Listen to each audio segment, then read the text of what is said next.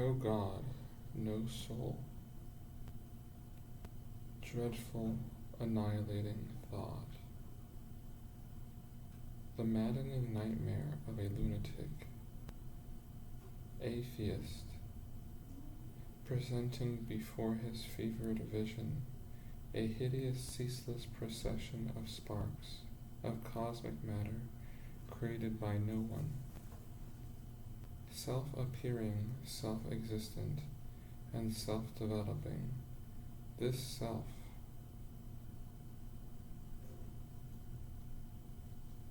no self, for it is nothing and nobody, floating onward from no whence. It is propelled by no cause, for there is none, and it rushes now whither. And this in a circle of eternity, blind, inert, and causeless. What is even the erroneous conception of the Buddhistic nirvana in comparison? The nirvana is preceded by numberless spiritual transformations and metempsychoses, during which the entity loses not for a second the sense of its own individuality, and which may last for millions of ages before the final no thing is reached. Though some have considered Speusippus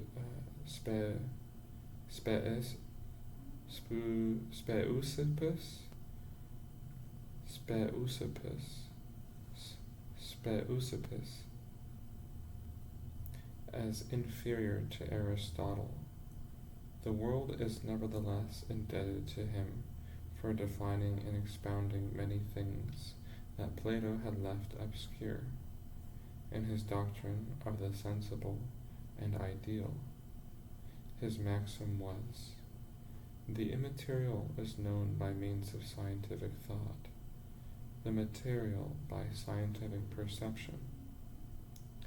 Xenocrates expounded many of the unwritten theories and teachings of his master. He too held the Pythagorean doctrine, and his system of numerals and mathematics in the highest estimation. Recognizing but 3 degrees of knowledge, thought, perception, and envisagement, or knowledge by intuition, he made the former busy itself with all that which is beyond the heavens. Perception with things in the heavens, intuition with the heavens themselves. We find again these theories, and nearly in the same language in the Manava Dharma Sastra, when speaking of the creation of man, he drew from his own essence the immortal breath, which perisheth not in the being, and to this soul of the being he gave the Ahankara, sovereign guide.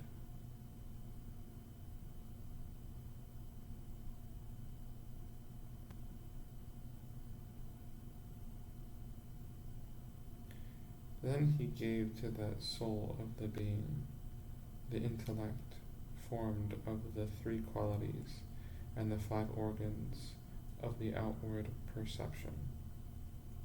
These 3 qualities are intelligence, conscience, and will, answering to thought, perception, and envisagement of Xenocrates.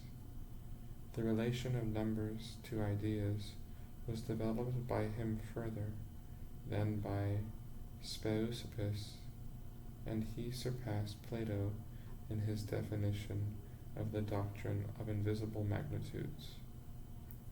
Reducing them to their ideal primary elements, he demonstrated that every figure and form originated out of the smallest indivisible line, that Xenocrates held the same theories as Plato in relation to the human soul, supposed to be a number, is evident, though Aristotle contradicts this, like every other teaching of this philosopher.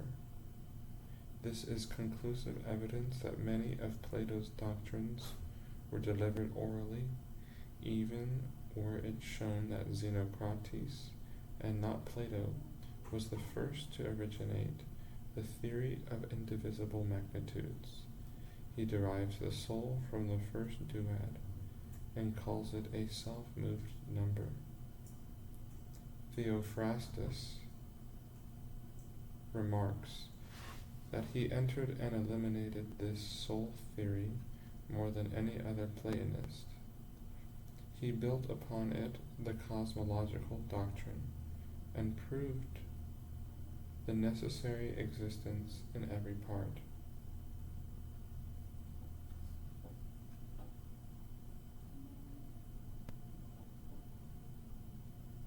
Of the universal space of a successive and progressive series of animated and thinking, though spiritual beings.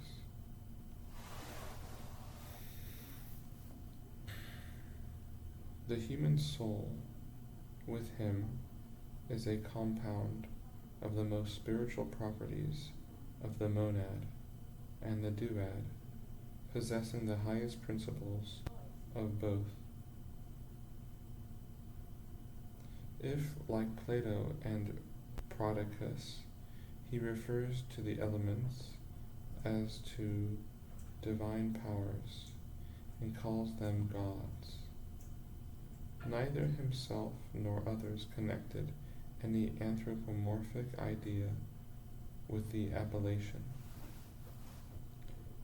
Crécy remarks that he called them gods only that these elementary powers should not be confounded with the daemons of the nether world.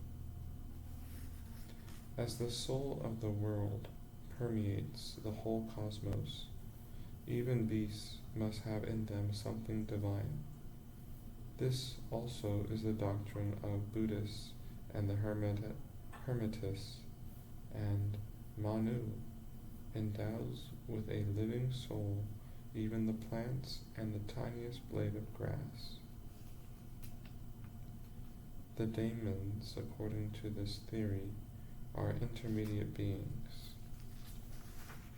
between the divine perfection and human sinfulness. And he divides them into classes, each subdivided in many others.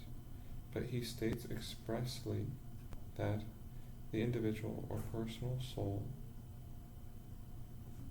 is the leading guardian daemon of every man, and that no daemon has more power over us than our own. Thus, the daimonion of Socrates is the god or divine entity which inspired him all his life. It depends on man either to open or close his perceptions to the divine voice. Like Speusippus, he ascribed immortality to the physical body or irrational soul. But some Hermetic philosophers have taught that the soul has a separate continued existence only so long as in its passage through the spheres any material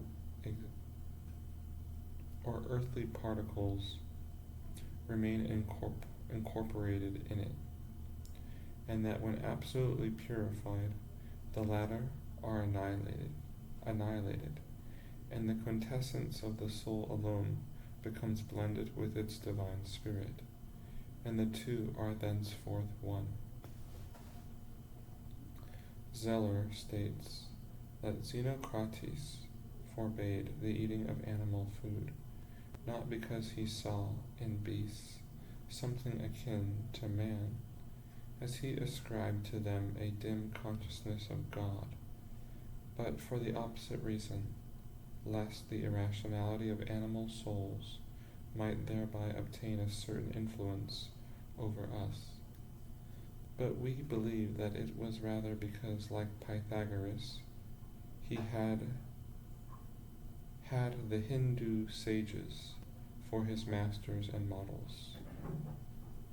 Cicero depicted Xenocrates utterly despising everything except the highest virtue, and describes the stainlessness and severe austerity of his character.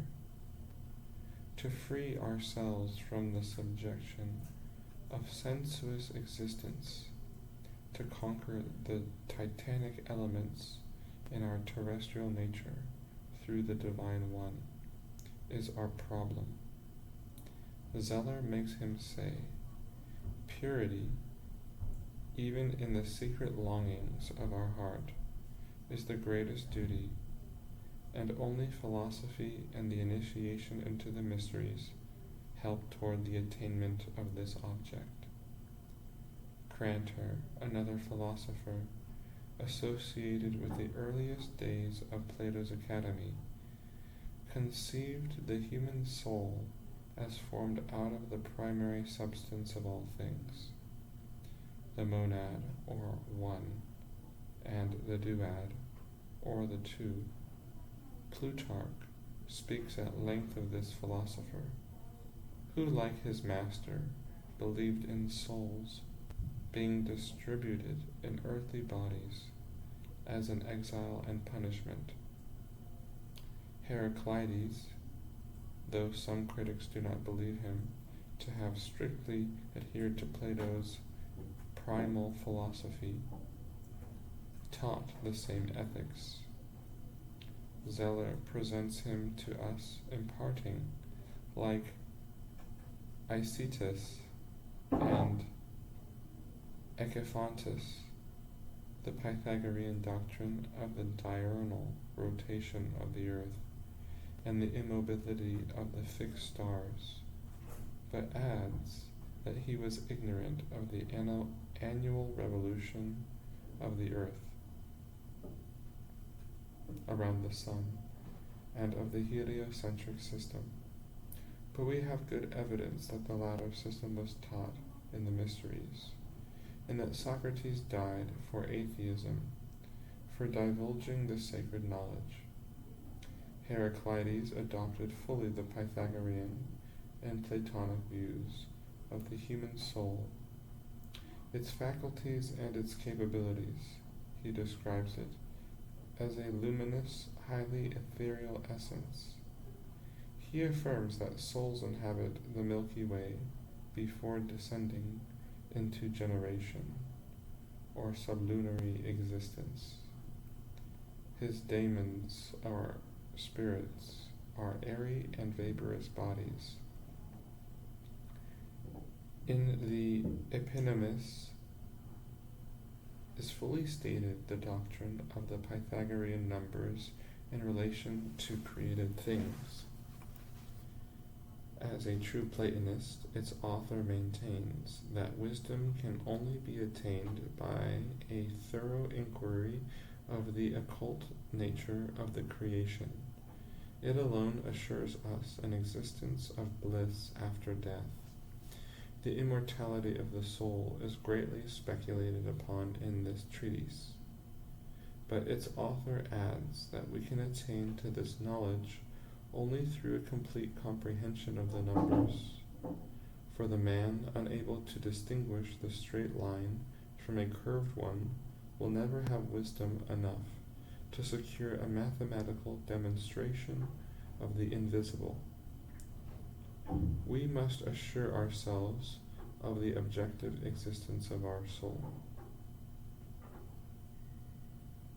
before we learn that we are in possession of a divine and immortal spirit. Iamblichus says the same thing, adding moreover that it is a secret belonging to the highest initiation. The divine power, he says, always felt indignant with those who rendered manifest the composition of the ikastogonos, who delivered the method of inscribing in a sphere of the dodecahedron. The idea that numbers possessing the greatest virtue produce always what is good and never what is evil refers to justice, equanimity of temper, and everything that is harmonious. When the author speaks of every star as an individual soul, he only means what the Hindu initiates and the Hermetists taught before and after him, that every star is an independent planet, which, like our Earth, has a soul of its own, every atom of matter being impregnated with the divine influx of the soul of the world. It breathes and lives, it feels and suffers, as well as enjoys life in its way. What naturalist is prepared to dispute it on good evidence? Therefore we must consider the celestial bodies as the images of gods, as partaking of the divine powers in their substance, and though they are not immortal in their sole entity, their agency in the economy of the universe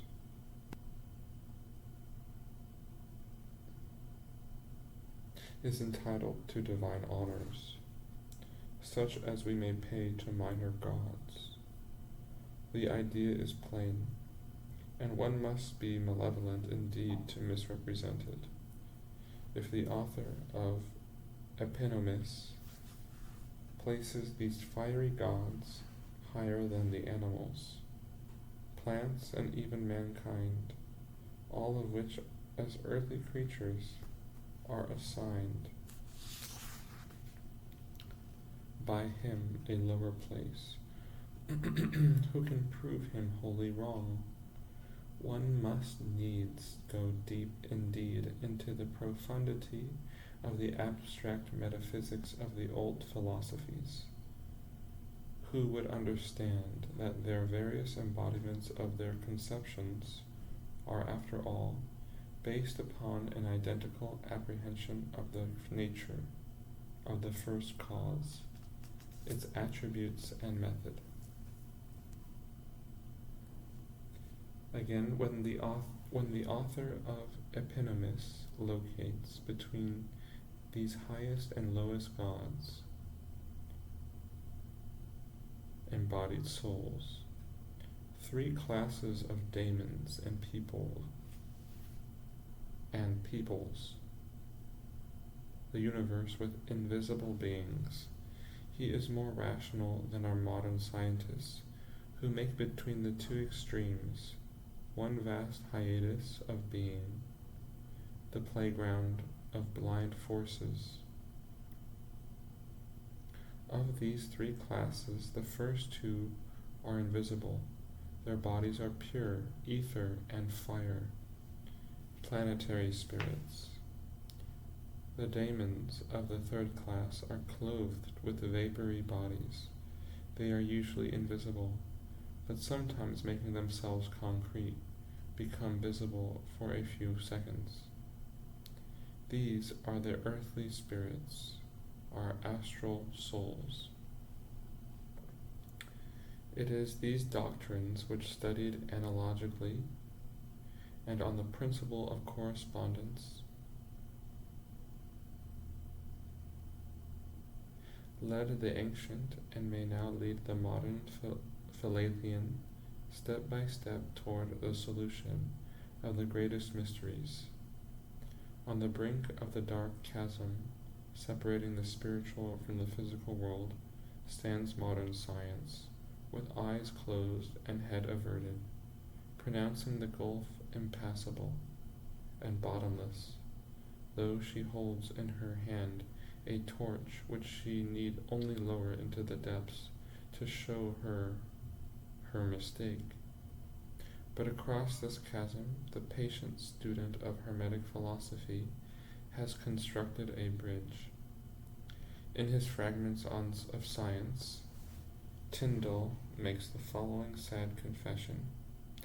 If you ask me whether science has solved or is likely in our day to solve the problem of this universe, I must shake my head in doubt. If moved by an afterthought, he corrects himself later and assures his audience that experimental evidence has helped him to discover in the opprobrium covered matter the promise and potency of every quality of life. He only jokes. It would be as difficult as Professor Tyndall to offer any ultimate and irrefutable proofs of what he asserts, as it was for Job to insert a hook into the nose of the Leviathan.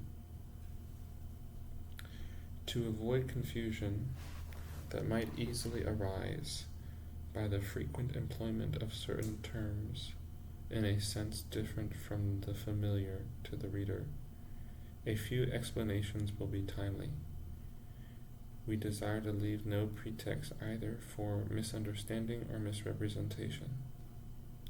Magic may have one signification to one class of readers and another to another class. We shall give it the meaning which it has in the minds of its Oriental students and practitioners. And so with the words hermetic science, occultism, hierophant, adept, sorcerer, etc., there has been little agreement of late as to their meaning, though the distinctions between the terms are very often insignificant, merely ethnic. Still, it may be useful to the general reader to know just what that is. We give a few alphabetically.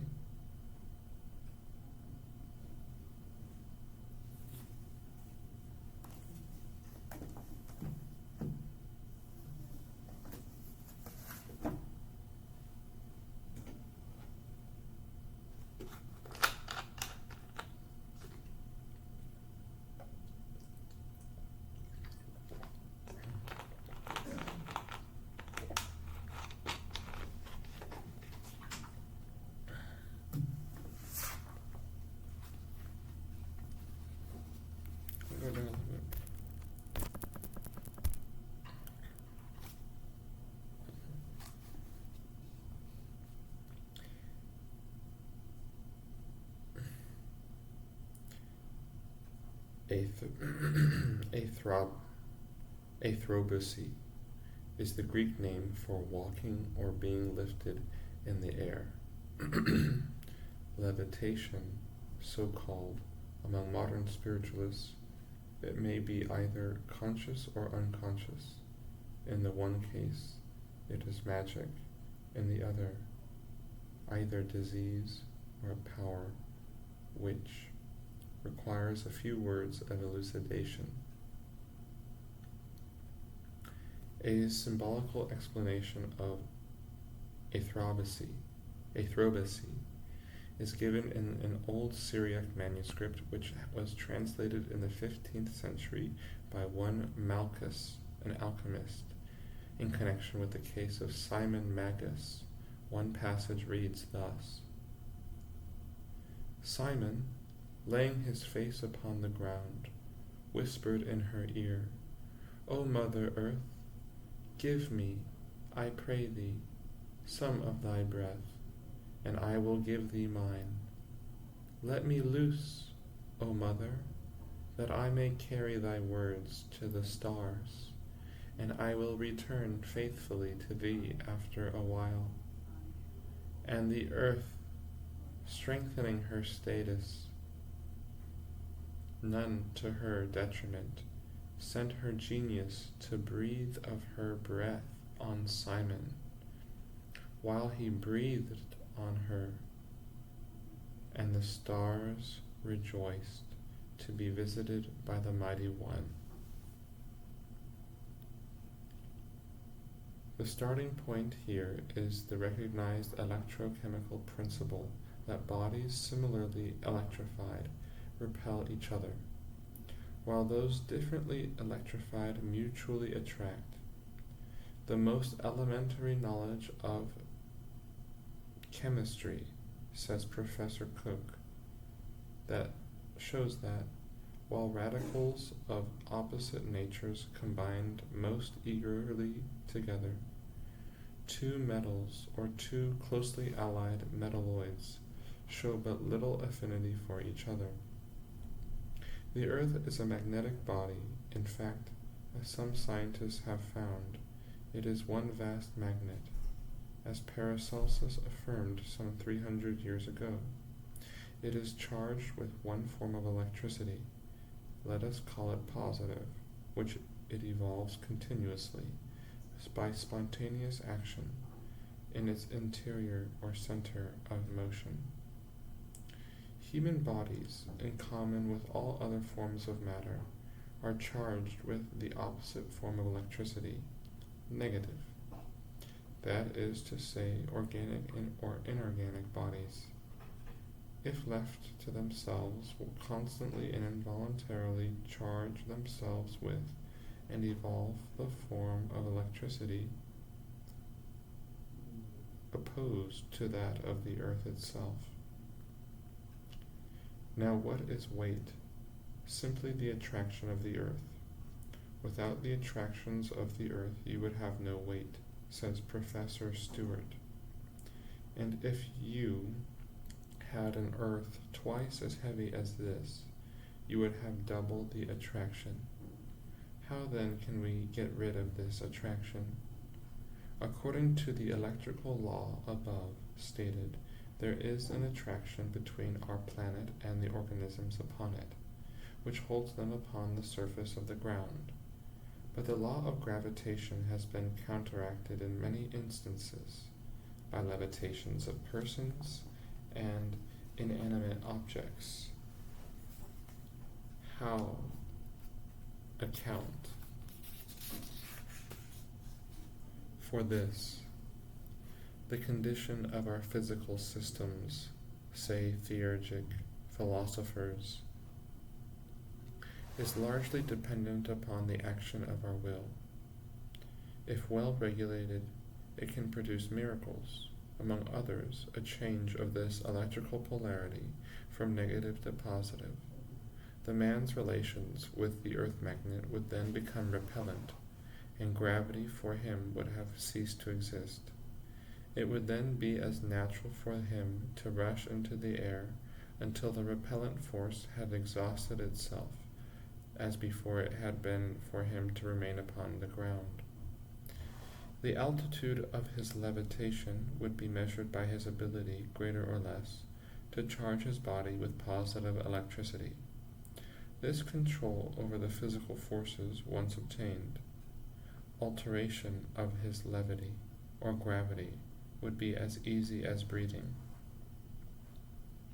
The study of nervous diseases has established that even in ordinary somnambulism, as well as in mesmerized somnambulists, the weight of the body seems to be diminished. Professor Perti mentions a somnambulist, Kohler, who when in the water could not sink but floated. The cirrus of Prevorst rose to the surface of the bath and could not be kept seated in it. He speaks of Anna Fleischer, who, being subject to epileptic fits, was often seen by the superintendent to rise in the air, and was once in the presence of two trustworthy witnesses, two deans, and others, raised 2.5 yards from her bed in a horizontal position. The similar case of Margaret Rule is cited by Upham Upham, Upham, in his History of Salem Witchcraft. In ecstatic subjects, adds Professor Perrety, the rising in the air occurs much more frequently than with somnambulists. We are so accustomed to consider gravitation as being a something absolute and unalterable, that the idea of a complete or partial rising in opposition to it seems inadmissible. Nevertheless, there are phenomena in which, by means of material forces, gravitation is overcome.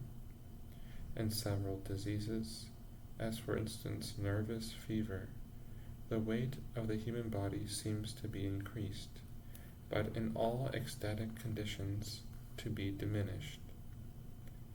And there may likewise be other forces than material ones which can counteract this power. A Madrid journal, El Criterio Espirituista,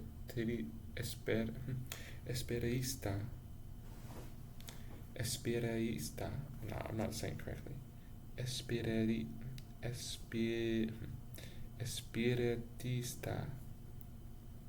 of a recent date, reports the case of a young peasant girl near Santiago, which possesses a peculiar interest in this connection.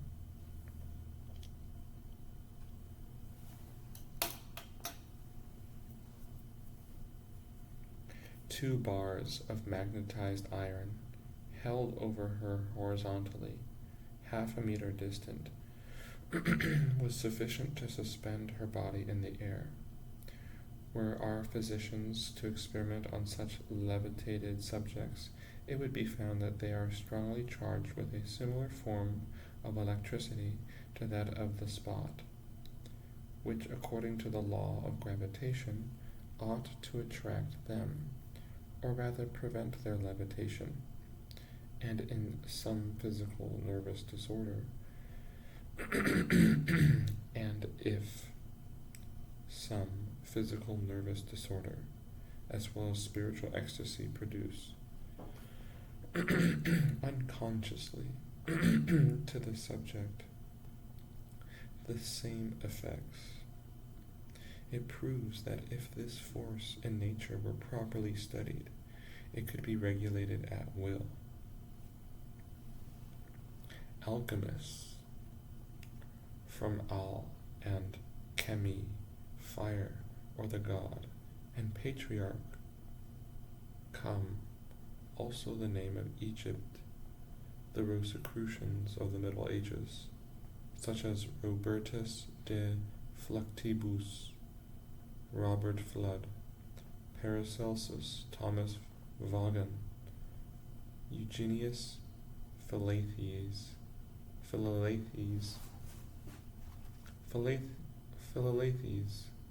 Van Helmont, and others were all alchemists who sought for the hidden spirit in every inorganic matter. Some people, nay, the great majority, have accused alchemists of charlatanry and false pretending. Surely such men as Roger Bacon, Agrippa, Henry Conrath, and the Arabian Geber,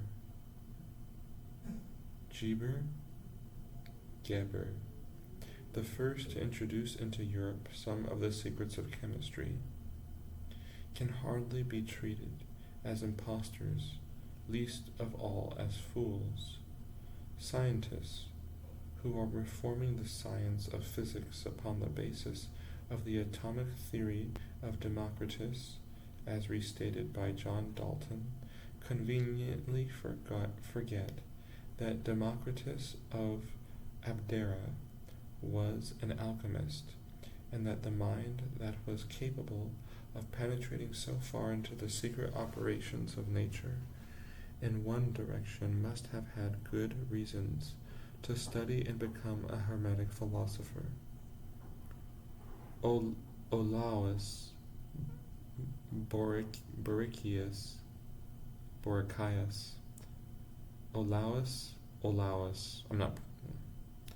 says that the cradle of alchemy is to be sought in the most distant times. Astral light. The same as the sidereal light of Paracelsus and other Hermetic philosophers. Physically, it is the ether of modern science. Metaphysically, and in its spiritual or occult sense, ether is a great deal more than is often imagined. In occult physics and alchemy, it is well demonstrated to enclose within its shoreless waves not only Mr. Tyndall's promise and potency of every quality of life, but also the realization of the potency of every quality of spirit.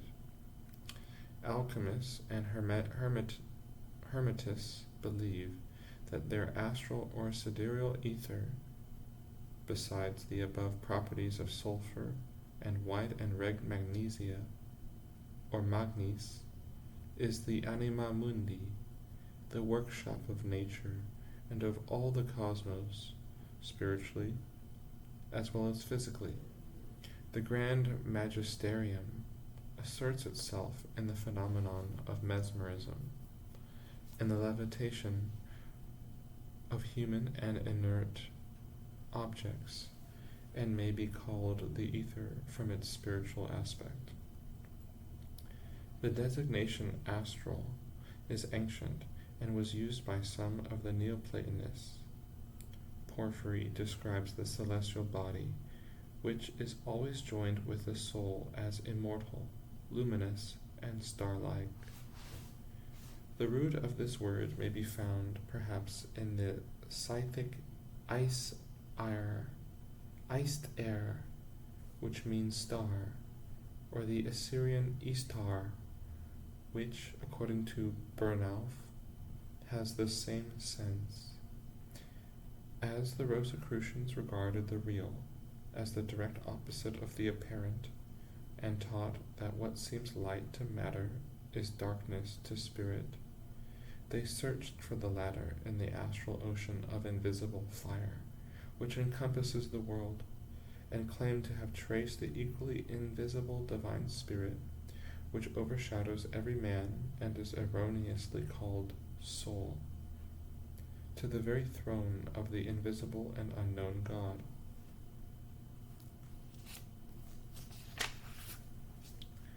As the great cause must always remain invisible and imponderable, they could prove their assertions merely by demonstration of its effects in this world of matter, by calling them forth from the unknowable down into the knowable universe of effects. That this astral light permeates the whole cosmos, lurking in its latent state even in the minutest particle of rock, they demonstrate by the phenomenon of the spark from flint and from every other source, whose spirit, when forcibly disturbed, springs to sight spark-like, and immediately disappears in the realms of the unknowable. Paracelsus named it the sidereal light, taking the term from the Latin. He regarded the starry host, our earth included, as the condensed portions of the astral light, which fell down into generation and matter, but whose magnetic or spiritual emanations kept constantly a never-ceasing intercommunication between themselves and the parent fount of all, the astral light. The stars attract from us to themselves, and we, again, from them to us. He says, the body is wood, and the life is fire, which comes like the light from the stars and from heaven. Magic is the philosophy of alchemy, he says again. Everything pertaining to the spiritual world must come to us through the stars, and if we are in friendship with them, we may attain the greatest magical effects.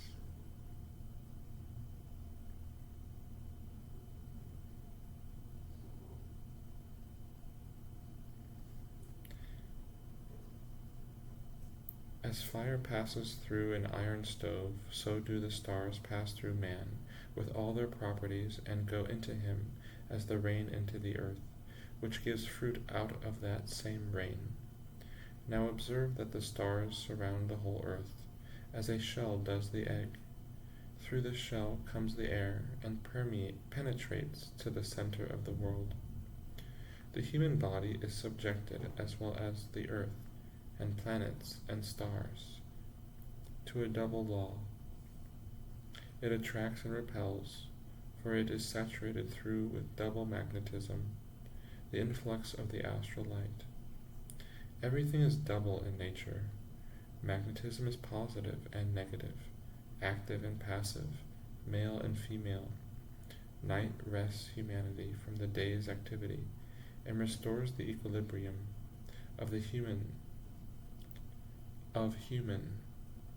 as well as of cosmic nature.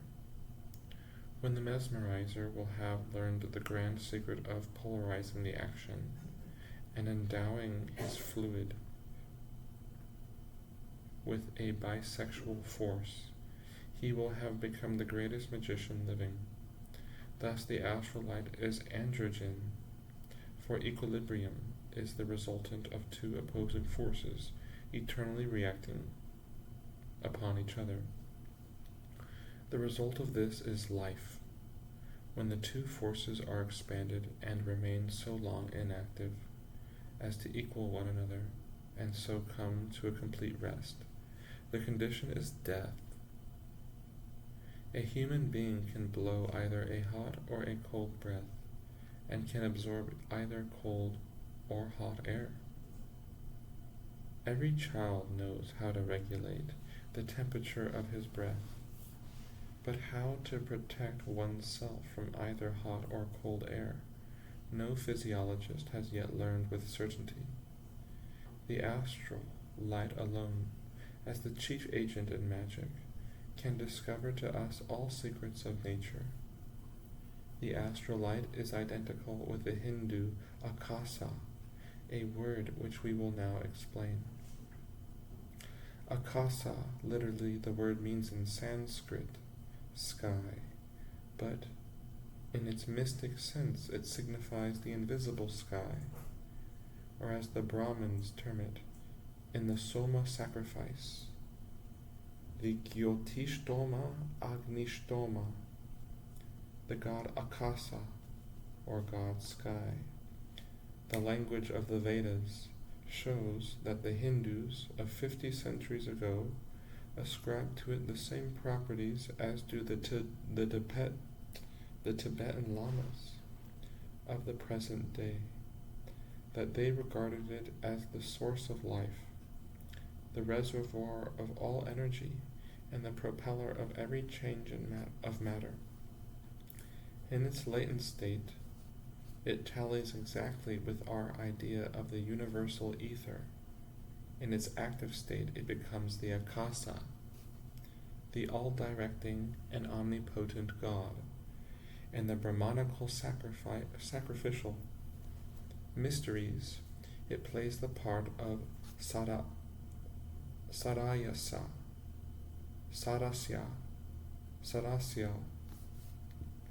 or superintendent over the magical effects of the religious performance, and it had its own appointed hotar, or priest, who took its name. In India, as in other countries in ancient times, the priests and the representatives on earth of different gods, each taking the name of the deity in whose name he acts.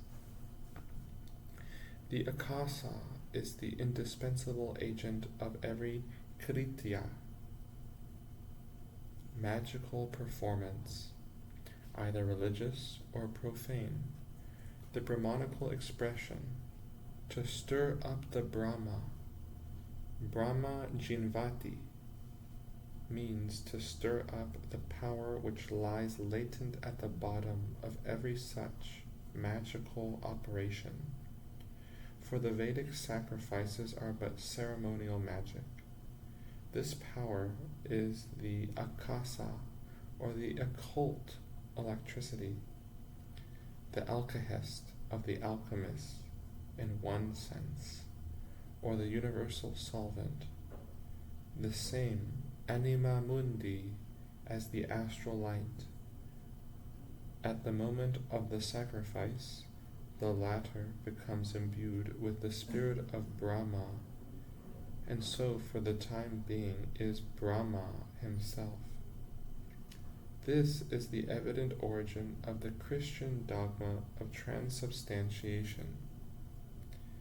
As to the most general effects of the Akasa, the author of one of the most modern works on the occult philosophy, Art Magic, gives for the first time to the world a most intelligible and interesting explanation of the Akasa, in connection with the phenomena attributed to its influence by the fakirs and lamas. Anthropology,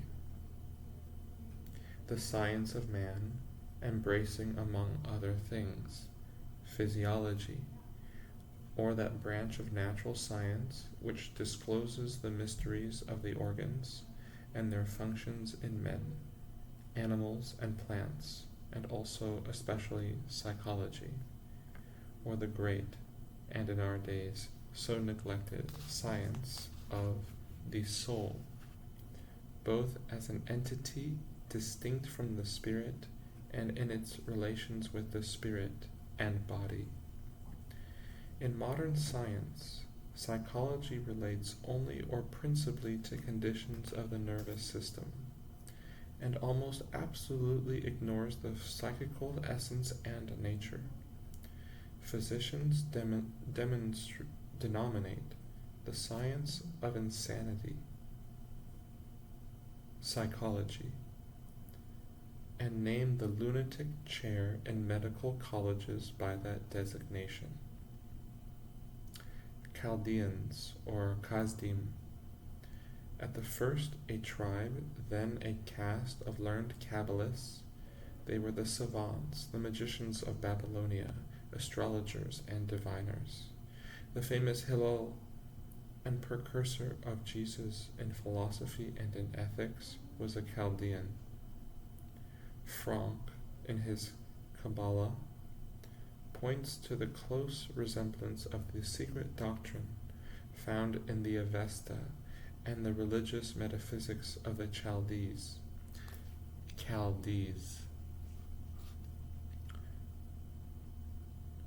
Dactyls, dactylus, a finger, a name given to the priests attached to the worship of Cybele, Cybele. Some archaeologists derive the name from, can't read Greek, finger, because they were 10, the same in number as the fingers of the hand, but we do not believe the latter hypothesis is the correct one. Daemons, a name given by the ancient people, and especially the philosophers of the Alexandrian school, to all kinds of spirits, whether good or bad, human or otherwise. The appellation is often synonymous with that of gods or angels. But some philosophers tried, with good reason, to make a just distinction between the many classes. Demiurgos, or demiurge. Artificer, the supernal power which built the universe. Freemasons derive from this word their phrase of supreme architect, the chief magistrates of certain Greek cities before the title. Dervishes, or the whirling charmers, as they are called. Apart from the austerities of life, prayer, and contemplation, the Mahometan devotee presents but little similarity with the Hindu fakir.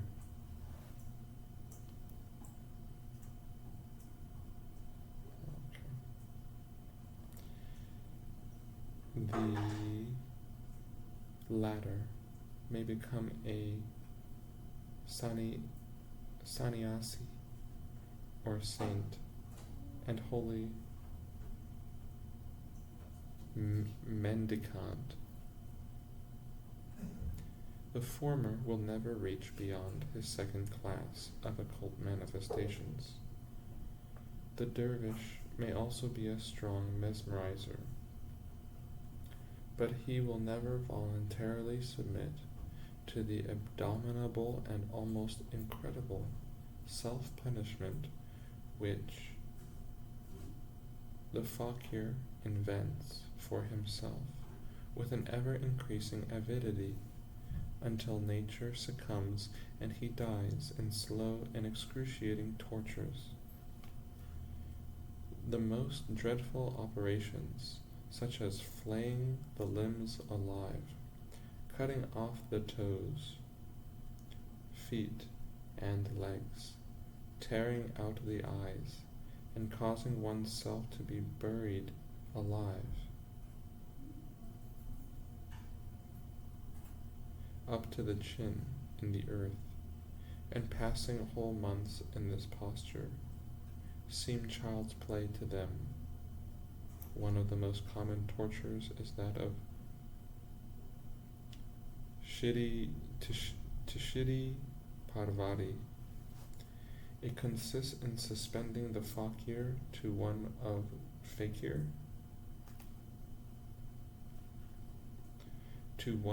the mobile arms of a kind of gallows to be seen in the vicinity of many of the temples.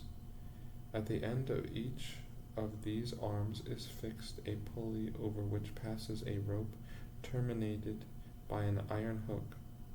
This hook is inserted into the bare back of the fakir, who, inundating the soil with blood, is hoisted up in the air and then whirled around the gallows. From the first moment of this cruel operation until he is either unhooked or the flesh of his back tears out under the weight of the body and the fakir is hurled down on the heads of the crowd. Not a muscle of his face will move. He remains calm and serious and as composed as if taking a refreshing bath. The fakir will laugh to scorn every imaginable torture, persuaded that the more his outer body is mortified, the brighter and holier becomes his inner spiritual body. But the dervish, neither in India nor in other Mahometan lands, will ever submit to such operations. Druids, a sacerdotal caste which flourished in Britain and Gaul. Elemental spirits. The creatures evolved in the four kingdoms of earth, air, fire, and water, and called by the Kabbalists gnomes, sylphs, salamanders, and undines. They may be termed the forces of nature, and will either operate effects as the servile agents of general law, or may be employed by the disembodied spirits, whether pure or impure, and by living adepts of magic and sorcery, to produce desired phenomenal results. Such beings never become men. Asterisk.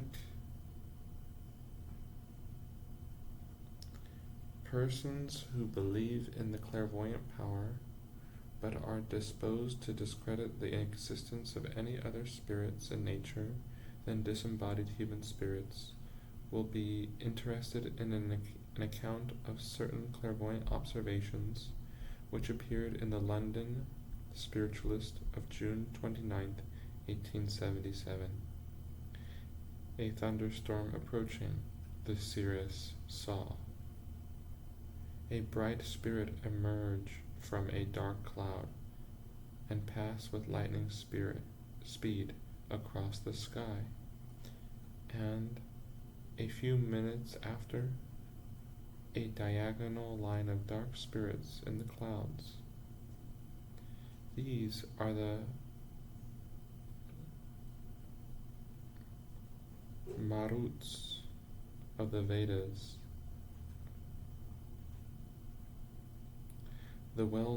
See Max Muller's Rig Veda Sanhita.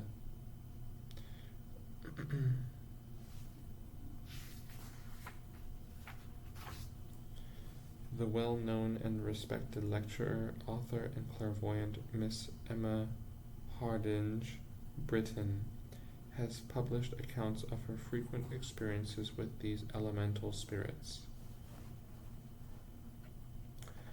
Under the general designation of fairies and fays, these spirits of the elements appear in the myth, fable tradition, or poetry of all nations, ancient and modern. Their names are legion: Paris, Devs, Djinns, Sylvans, Satyrs, Fauns, Elves, Dwarves, Trolls, Norns, Nisses, Kobolds, Brownies, Necks, Stormcarls, Undines, Nixies, Salamanders, Goblins, Punks, Punkies, Punkis, Banshees, Kelpies, Pixies, Moss people, good neighbors, wild women, men of peace, white ladies, and many more. They have been seen, feared, blessed, banned, and invoked in every quarter of the globe, and in every age. Shall we then concede that all who have met them were hallucinated?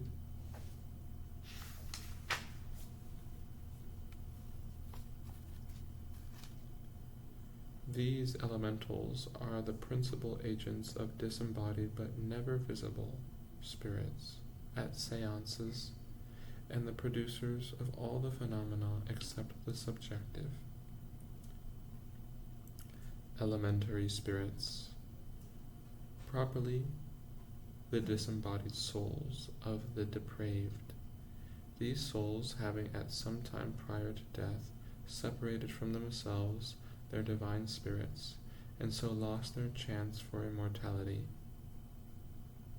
Eliphas Levi and some other Kabbalists make little distinction between elementary spirits who have been men and those beings which people the elements and are the blind forces of nature. Once divorced from their bodies, these souls, also called astral bodies, of purely materialistic persons, are irresistibly attracted to the earth, where they live a temporary and finite life amid elements congenial to their gross natures. From having never, during their natural lives, cultivated their spirituality, but subordinated it to the material and gross, they are now unfitted for the lofty career of the pure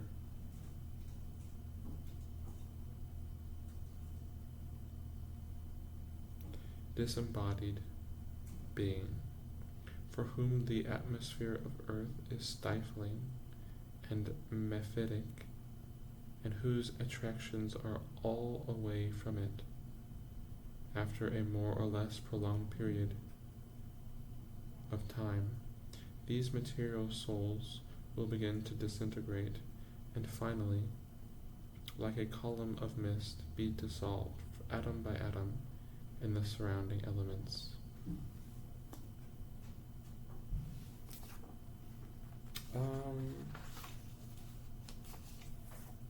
Pause. Wait, no, I'm checking to see.